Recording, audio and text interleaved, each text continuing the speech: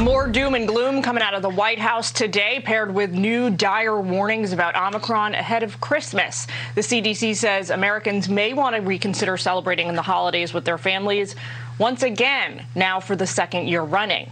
But now President Biden appears to be critiquing his own administration's response to the COVID surge and insisting by way of defense that, quote, no one in the world saw this coming. This is his chief medical advisor is urging people to disinvite the unvaccinated for the holidays. This is Outnumbered. I'm Jillian Turner in Washington, joined today by correspondent Alicia Acuna, Fox Business anchor Lauren Simonetti, ACU Foundation Senior Fellow and former Trump White House Advisor for Strategic Communications, Mercedes Schlapp. And in the center virtual seat, we've got Seattle radio host Jason Rantz. Welcome to everybody. So Dr. Fauci is taking what could be considered by some to be a sort of Grinch-like approach to the holidays right now, especially to Americans who haven't been vaccinated. Take a listen to his latest advice. Dealing with a serious enough situation right now that if there's an unvaccinated person, I would say, I'm very sorry, but not this time, maybe another time when this is all over.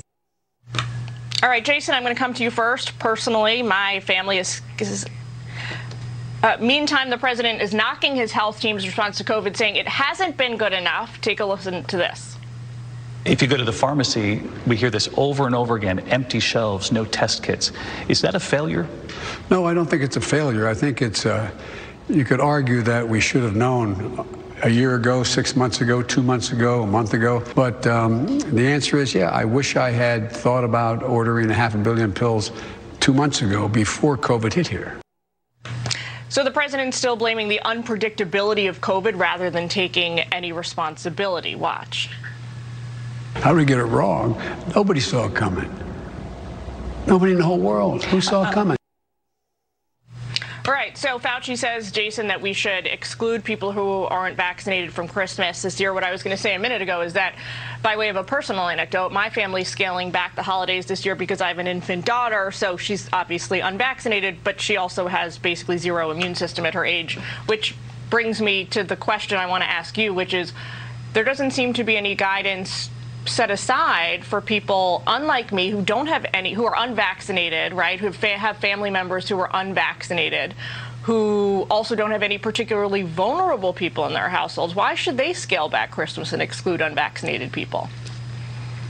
Yeah, look, at the end of the day, I think we need to have different rules or different guidance and advice for different people in different scenarios. But instead, we treat absolutely everyone as if they're the same, that they're in the same position. But they simply are not. If you are someone who is triple vaccinated and you live alone and you're having maybe some friends over who are in similar circumstances from you, there is very little risk.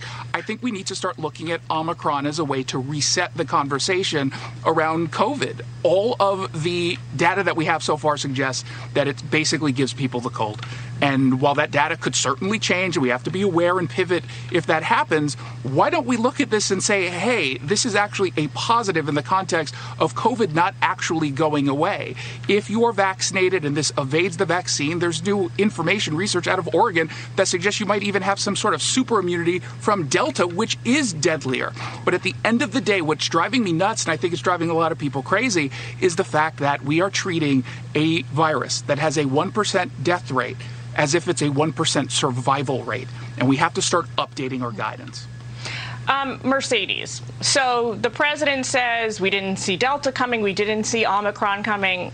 Fine, right? Nobody expects the commander-in-chief to be like some medical oracle and soothsayer and predict the future. But what I think Americans do expect is that the response is rapid and the guidance is clear, right?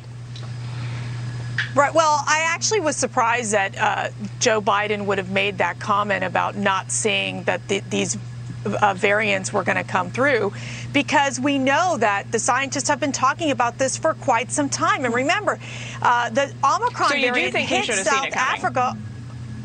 Absolutely. And guess what? He's got apparently the best scientists, not only in the country, but in the world, who are advising him, between the CDC, the NIH, the HHS. This is what their job is. Their job is to forecast. Their job is to see what's happening, what are the global trends, and be able to respond quickly. And the mere fact that this bureaucratic system failed and that Joe Biden and his team, the president, did not anticipate these variants, despite the fact that when we look at viruses, I mean, even the common sense person knows that there's going to be different flu strains, for example. We know that they're going to mutate. We know that there's going to be different strains. And the mere fact that they did not capture this, that the administration failed on this and did not have a plan in place earlier on, I think is very telling of this administration and their failures to deliver for the American people, considering that Joe Biden said in the campaign, in his basement campaign, that he was going to shut down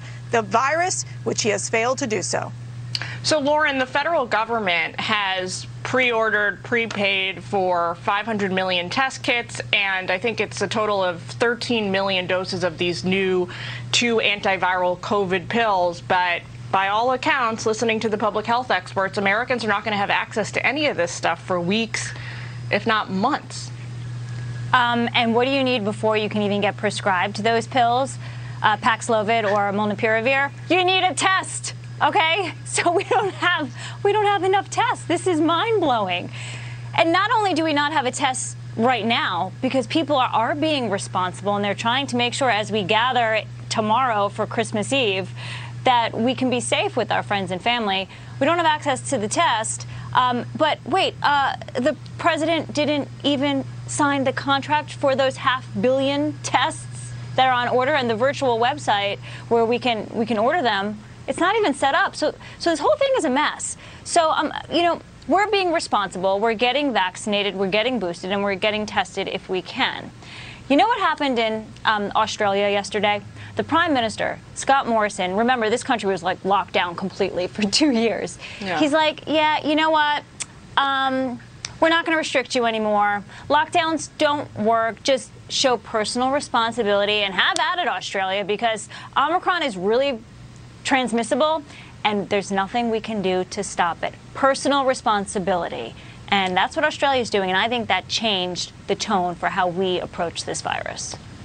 Lisa, what do you think about that? What are the countries you see that the U.S. could sort of best model ourselves after right now? Not most of the Western European countries. They're going back into these lockdowns now. Right.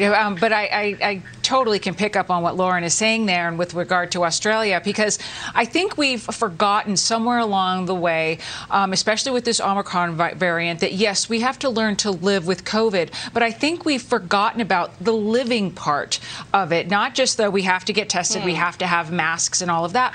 But with Omicron, I have a family member who just tested positive yesterday, and the concern is more around, and there's some symptoms, but the concern is more around, okay, how are we just going to separate this person from everybody else? There isn't a large concern about the living portion. This isn't to discount anyone who's hospitalized. This isn't to lessen the pain that people who have lost a loved one. What I'm saying is there are people now who are testing positive and they are living. And I think we're forgetting that, especially when we hear all these scare tactics and things like disinviting people. That's up to you. Like, that's up to, if I want to disinvite someone, that's up to me. That is not something that I want somebody to tell me, like, FAUCI? You need to, you need to just disinvite everybody. It's like, well, maybe I will, maybe I won't. But again, that's a conversation with me and my family. So can we disinvite our in-laws and blame that on Dr. FAUCI? I'm just asking. This could be a good excuse, right? Yeah.